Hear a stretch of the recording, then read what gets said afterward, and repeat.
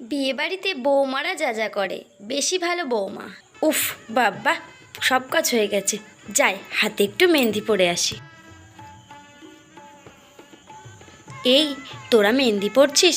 আমার একটু মেহেন্দি পরিয়ে দে না। আমার তো মেহেন্দি পরা হয়ে গেছে, আর মা বলেছিল তত্ত্বের জিনিসগুলো সাজিয়ে দিতে, আর আমি তো করতে ভুলে গেছি। আচ্ছা তোরা কোনো চিন্তা করিস না, তোরা মেহেন্দি পর, আমি তত্ত্বের জিনিসগুলো সাজিয়ে। তুমি মেহেন্দি পরবে না?